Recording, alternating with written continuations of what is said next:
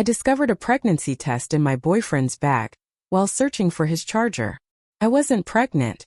When I questioned him, he claimed it belonged to his sister and that she'd asked him to keep it. Later that night, I phoned his sister. She was completely confused and definitely not pregnant. You guys, you are not going to believe the absolute mind-bending betrayal I just went through. Honestly, how do you even recover when you realize the man you love, the man sleeping in your bed, has been systematically planning to literally kick you out of your own home and replace you with his pregnant side chick? My stomach still lurches thinking about it. It all started so innocently. I was just looking for Damon's phone charger, mine had died. And he always has like 3 of them floating around in his backpack. We've been together for almost 2 years, living in my apartment, which by the way I pay for because he's been between jobs for a while. Yeah, I know, I can already hear you guys. Trust me, I get it now. So I'm digging through his backpack, annoyed because I just needed this stupid charger, when my hand hits something in a side pocket. I pull it out and my breath just stops. It's a pregnancy test. And it's positive. I just stood there, holding this little plastic stick, for what felt like 5 eternity-long minutes. My mind was racing, trying to make sense of it. I hadn't taken a test in months. I'm on birth control. This wasn't mine. The packaging was clearly recent, not some old relic. My brain was doing backflips trying to compute what the hell I was actually looking at. When Damon got home from the gym, I was sitting on the couch, the test sitting right there on the coffee table like an unexploded bomb. I didn't even know how to start. So I just pointed at it. What is this doing in your backpack? I asked, my voice barely a whisper. He barely glanced at it. So casual. Too casual. He said, "Oh, that's Alicia's. She asked me to hold on to it for her because she didn't want Mom finding it at her place." Alicia, his sister, still lives with their parents, so I guess that made some sense.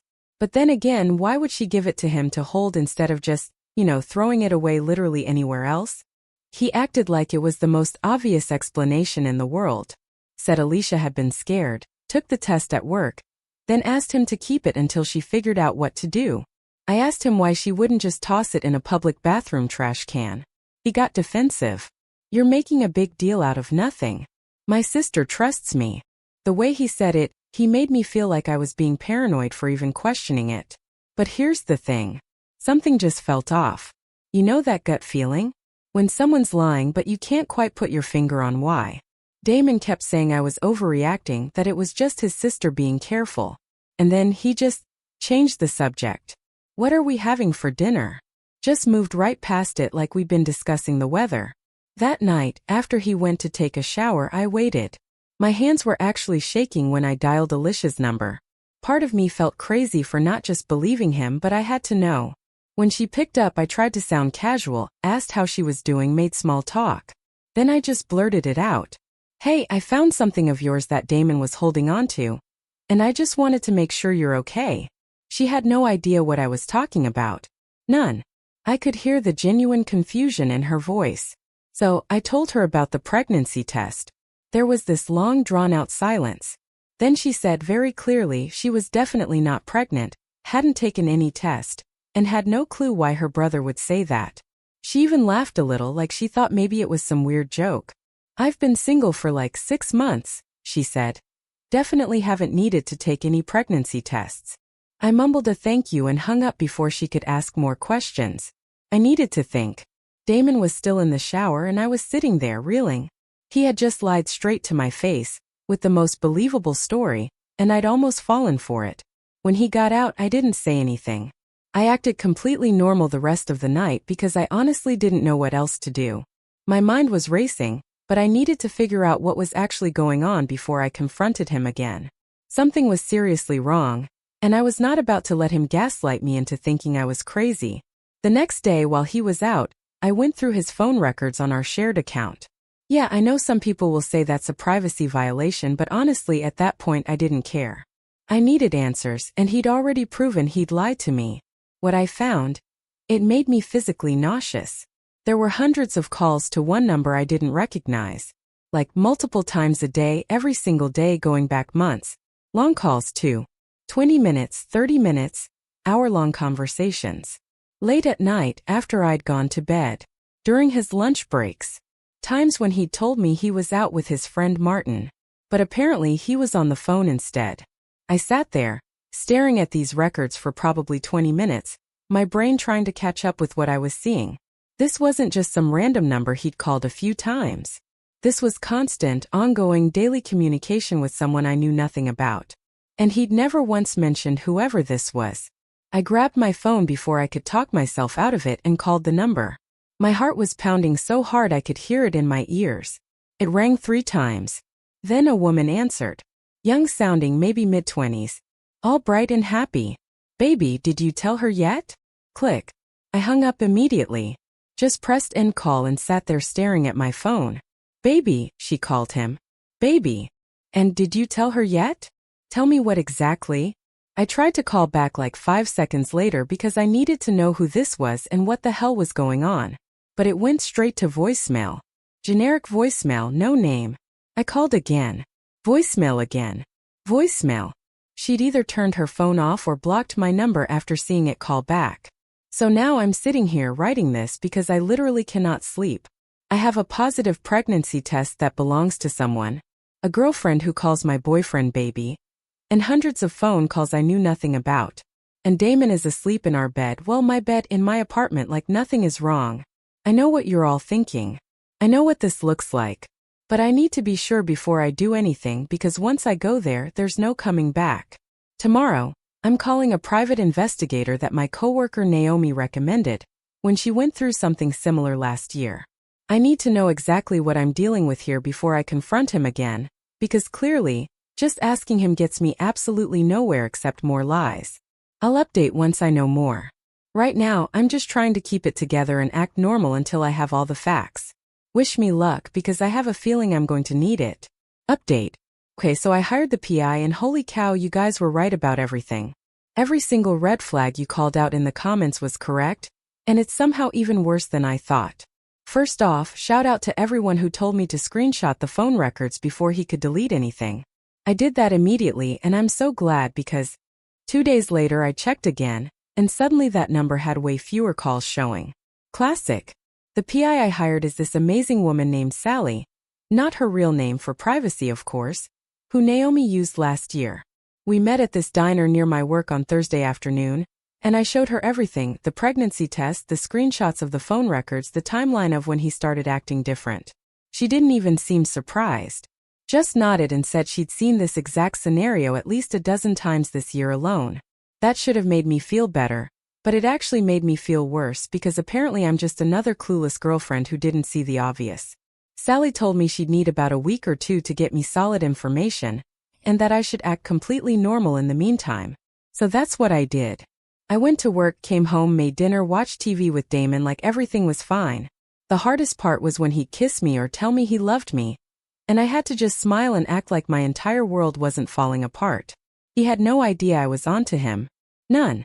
He was still leaving his phone face down on the counter, taking calls in the other room, making up excuses about where he was going. On Saturday, he told me he was going to help Martin move some furniture. I said okay, and watched him leave. Then, literally 15 minutes later, I drove to Martin's place. I still had his address from when we went to his birthday party last year. Martin answered the door in basketball shorts, looking totally confused about why I was there. When I asked if Damon was around, he said he hadn't seen him in like 2 weeks because he'd been busy with work. Martin just stood there scratching his head, asking if everything was okay. I made up some excuse about getting my days mixed up and left. I drove around for like an hour, just processing the fact that he was lying about something as stupid and basic as where he was spending his Saturday afternoon. If he's lying about that, what else is he lying about? Everything apparently, as I was about to find out. Sally called me Monday evening, while I was at Target picking up laundry detergent. I literally abandoned my cart in the middle of the aisle and went out to my car to take the call, because I couldn't wait another second.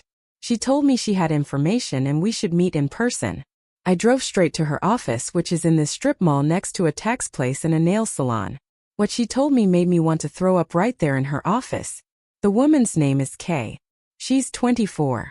She works as a receptionist, and she's been dating Damon for 7 months. Not just hooking up, not just talking, but actually dating. Like going out to restaurants, spending weekends together, meeting each other's friends, dating. Sally had photos. So many photos. Pictures of them at the movies, at some outdoor concert in July, walking around the mall holding hands, sitting in his car outside her apartment building. In every single photo, he looked exactly like he does with me. Smiling, relaxed, happy, like he didn't have a whole other girlfriend at home. But here's where it gets absolutely insane. Kay is 12 weeks pregnant. Sally confirmed it through some investigation I don't fully understand.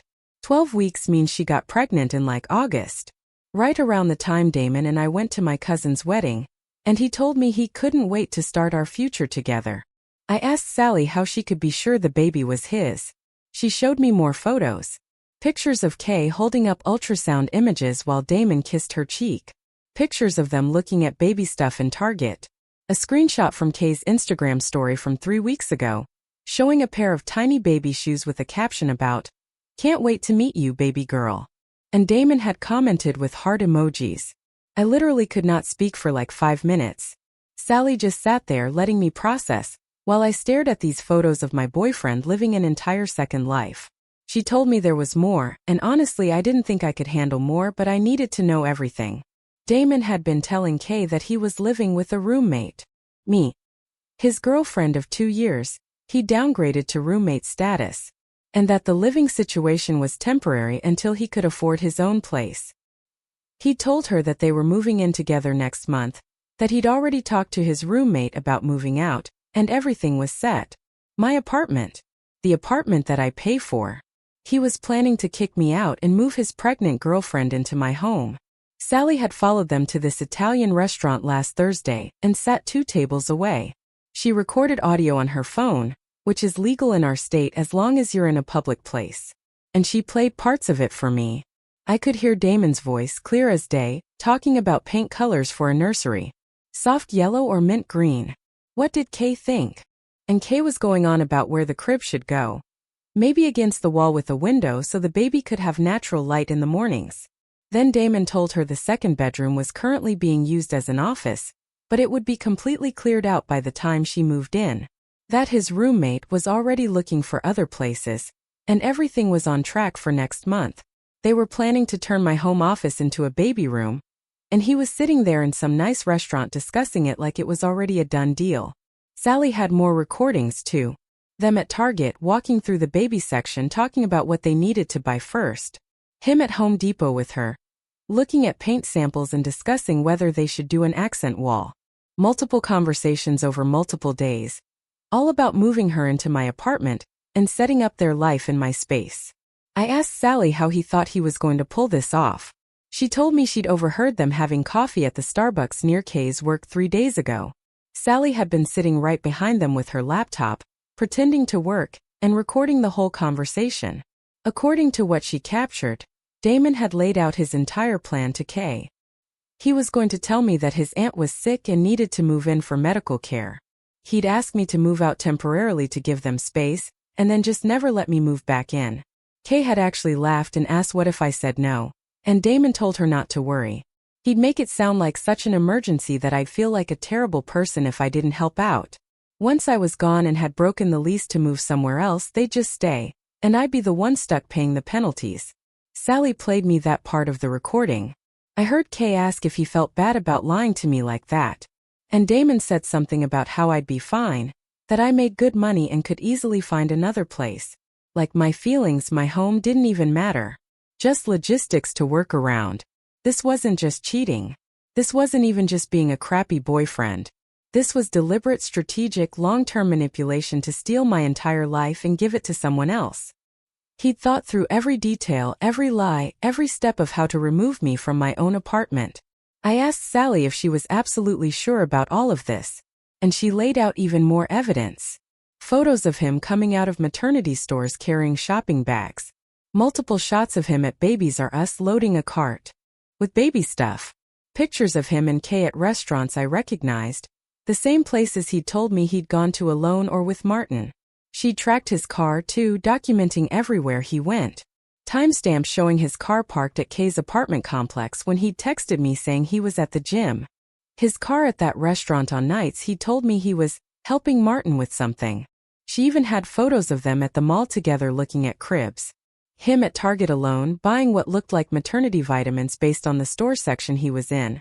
When I got home that night, Damon was making pasta and acting completely normal. Asked me how my day was. Told me about some funny video he'd seen. Mentioned that we should probably have his mom over for dinner soon. Just completely casual, like he wasn't actively planning to kick me out of my own home and replace me with his pregnant girlfriend. I couldn't do it anymore. I couldn't pretend. I sat down at the kitchen table and told him we needed to talk. He got this annoyed look on his face like I was being dramatic, but he sat down across from me. I asked him point blank, "Who is Kay?" I watched his entire face change. Like, literally watched the color drain out and his expression go from annoyed to panicked in about 2 seconds. He started to say he didn't know anyone named Kay, and I cut him off. Told him I knew everything. About the pregnancy. About the plans to move her into my apartment. He tried to deny it at first, said I was being paranoid and crazy, that I'd clearly been listening to too many true crime TikToks. Then, when I told him I had photos and messages and a complete timeline, he switched tactics. Started saying it wasn't what it looked like, that Kay had been pursuing him, and he'd made a mistake, but it didn't mean anything. I asked him, "How does a 12-week pregnancy and planning to steal my apartment not mean anything? How does that equal a mistake?" He actually had the nerve to say that he'd been confused about what he wanted and that Kay had gotten pregnant on purpose to trap him, but he was going to break it off with her and commit to me. I asked him, "When exactly were you planning to break it off? Before or after you moved her into my home office turned nursery?" He started backtracking again, saying he'd never actually planned to do that, and I was misunderstanding the situation. He kept changing his story depending on what I said I knew. First it was just a fling, then it was serious but ending, then she'd forced herself on him, then he was the victim because she got pregnant deliberately. Every single excuse contradicted the last one. He couldn't keep his lies straight anymore because there were too many of them. Finally I told him, "I want you out. Not eventually. Not when it was convenient. Out. Tonight." He immediately started crying and begging, saying he had nowhere to go, that we could work through this if I just gave him a chance. He swore he'd never see Kay again, that he'd be the boyfriend I deserved, that he'd get a job and help with rent. I told him he'd had 2 years to be the boyfriend I deserved, and he'd chosen to spend the last months of that time building a life with someone else. Then I took out my phone and showed him some of the photos Sally had given me. His face when he saw them was almost worth the $500 I'd paid the PI. He knew he was caught. Completely, totally, undeniably caught. He couldn't spin this or explain it away or make me doubt myself. The evidence was right there. He got angry then. Started yelling about how I'd invaded his privacy by hiring someone to follow him. Said I was a controlling psycho who couldn't handle that he'd found someone better, that Kay understood him in ways I never had, and she was carrying his child so she'd always be in his life whether I liked it or not. There it was. The real Damon coming out now that the mask was off. I told him he had until the end of the week to get his stuff and get out. He started saying he had legal rights as a tenant and I couldn't just kick him out. And I told him to look up the lease because his name wasn't on it and he'd never paid a single month of rent. He slept on the couch that night and I locked my bedroom door. Haven't slept more than an hour at a time since because I keep waking up wondering if this is real. Tomorrow I'm changing the locks the second he leaves for wherever he actually goes during the day. I've already packed up some of his stuff, and I'm going to have the rest waiting for him by Friday. The thing that keeps running through my head is that woman on the phone, asking if he told me yet. Told me what? That he was leaving? That there was a baby? That I was being demoted from girlfriend to obstacle in his way? What was the timeline where I was supposed to find out about all this? I'll update again once he's actually out and I can think straight. Right now, I'm just trying to get through each day without completely losing it. Last update. Okay, so I know it's only been like 2 weeks since my last post, but so much has happened, and I need to tell you all because honestly, this turned into something I never could have predicted. So, remember how I said Damon was supposed to be out by Friday? Yeah, that didn't happen smoothly at all. Wednesday morning, he was still trying to convince me we could work it out. I woke up to him sitting at the foot of my bed, trying to have some big, emotional conversation about how we'd built a life together, and I couldn't just throw it away. I told him the only thing we built together was a lie, because I'd been building a relationship while he'd been building an exit strategy. He started going on about how Kay meant nothing and the baby probably wasn't even his, And he'd just been scared of commitment with me, so he'd self-sabotaged. I asked him how planning to steal my apartment and turn my office into a nursery was self-sabotage. And he literally couldn't answer that. Just stared at me, trying to come up with another lie. Then he tried a different angle. Started talking about all the good times we'd had. Remember when we went to that concert? Remember our first vacation? Remember when I helped him through his dad's surgery? And something in me just snapped. I've been trying to stay calm and handle this maturely, but I was done. I told him, yeah, I remembered all of that. I remembered paying for that concert because he was broke. I remembered paying for that vacation, including his plane ticket, because he didn't have a credit card. I remembered sitting in that hospital waiting room for 8 hours while he was with his family, and then coming home and making dinner for everyone because his mom was too stressed to cook. I remembered 2 years of paying rent alone, buying groceries alone, covering his car insurance when he couldn't, lending him money that he never paid back. And what did I get for all of that? 8 months of him planning to replace me with a younger model and kick me out of my own home. Months of him taking my money and my support and my love while building a whole different future with someone else. He'd been using me as a bank account with benefits while promising someone else the life I thought we were building together. He tried to interrupt, and I told him I wasn't finished.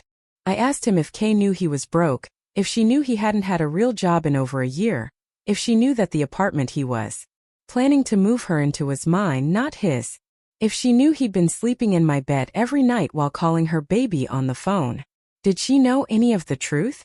Or had he just fed her the same BS he'd fed me? His face told me everything. She had no idea. He'd probably told her he had his life together, that he was some great guy who was being held back by his difficult roommate situation. I wondered out loud how long it would take before he started using her money the same way he'd used mine, before she became the next temporary placeholder while he looked for someone better. That's when he got nasty. Started yelling about how I'd always been controlling, how I held money over his head, how I never let him just be himself. Said the reason he'd gone to Kay was because she didn't make him feel like a failure every day. She believed in him and supported his dreams, while I just nagged him about getting a job. I actually laughed. Asked him, what dreams exactly? The dream of living rent-free in someone else's apartment? The dream of having 2 girlfriends who both paid his bills? The dream of never having to be a responsible adult, because there was always some woman taking care of him?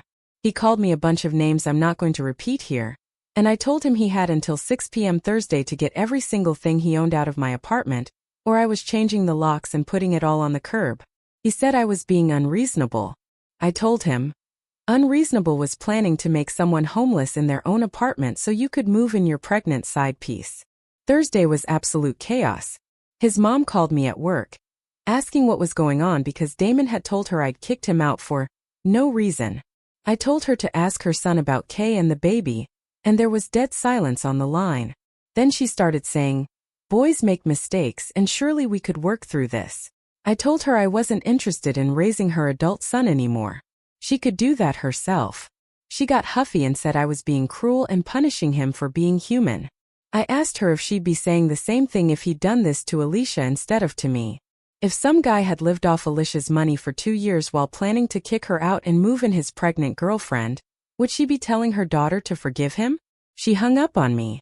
Alicia actually texted me later that day, apologizing for being dragged into the pregnancy test lie. Said she'd had no idea what was going on, and she was sorry her brother turned out to be such a piece of garbage. At least someone in that family had some sense. When I got home Thursday evening, there were boxes everywhere, and Damon was loading stuff into Martin's truck. Martin gave me this awkward wave, and I felt bad because he'd clearly been roped into helping without knowing the full story. I told him he might want to ask Damon about the secret girlfriend and baby before offering to be his roommate. And Martin's eyes went so wide. After they left, I walked through the apartment and started really looking at what was mine versus what was his. The TV? Mine. The couch? Mine. The kitchen table? Mine. The bed, the dresser, the coffee maker, the dishes, the towels, the decorations, all mine. I'd furnished this entire place, and he'd contributed basically nothing except his clothes and his lies. But here's where it gets good. I started finding stuff he'd hidden. In the back of the closet, there was a duffel bag with baby clothes in it, newborn onesies and little socks, and a stuffed elephant still with the tags on. He'd been shopping for this baby and hiding it in my closet. The absolute audacity. In his nightstand drawer, I found a folder with apartment listings, all one-bedrooms, all in the price range of my rent, all circled with notes like good neighborhood for kids and close to work. He'd been planning this move down to the specific location. There were even printouts about breaking leases and tenant rights. He'd done his research on how to screw me over. The worst part was finding a draft text in an old phone he'd left in the drawer. It said his Aunt Sally had been diagnosed with stage 4 cancer and needed to move in immediately for treatment, and he was so sorry, but could I please find somewhere else to stay for a few months while they dealt with this family emergency? There was no Aunt Sally. I'd met his whole family. This was the lie he was planning to use to kick me out. A fake dying aunt. Who even does that? I took photos of everything. Every piece of evidence I found. Not because I needed it for anything legal, but because I wanted proof that I wasn't crazy, that this had really been his plan all along. Friday morning I went to Home Depot and bought new locks. The guy who helped me was super nice and showed me how to install them myself. By noon my apartment was completely secured, and Damon's key didn't work anymore. He texted me freaking out, saying he'd forgotten some stuff and needed to get back in, and I told him to make a list and I'd leave it outside the building. He showed up Saturday morning, and I watched from my window as he loaded the boxes I'd left. He kept looking up at my window, and I just stared back until he left. That was the last time I saw him in person. For about a week and a half it was quiet. No calls, no texts, nothing. I was starting to think maybe he'd actually just moved on with Kay and his new life. I deep cleaned the apartment, rearranged furniture, bought some new decorations that were actually my style instead of the neutral, boring stuff he'd always wanted. Started making the place feel like mine again. Then last Monday my phone rang at like 10 p.m. It was Damon. He was sobbing.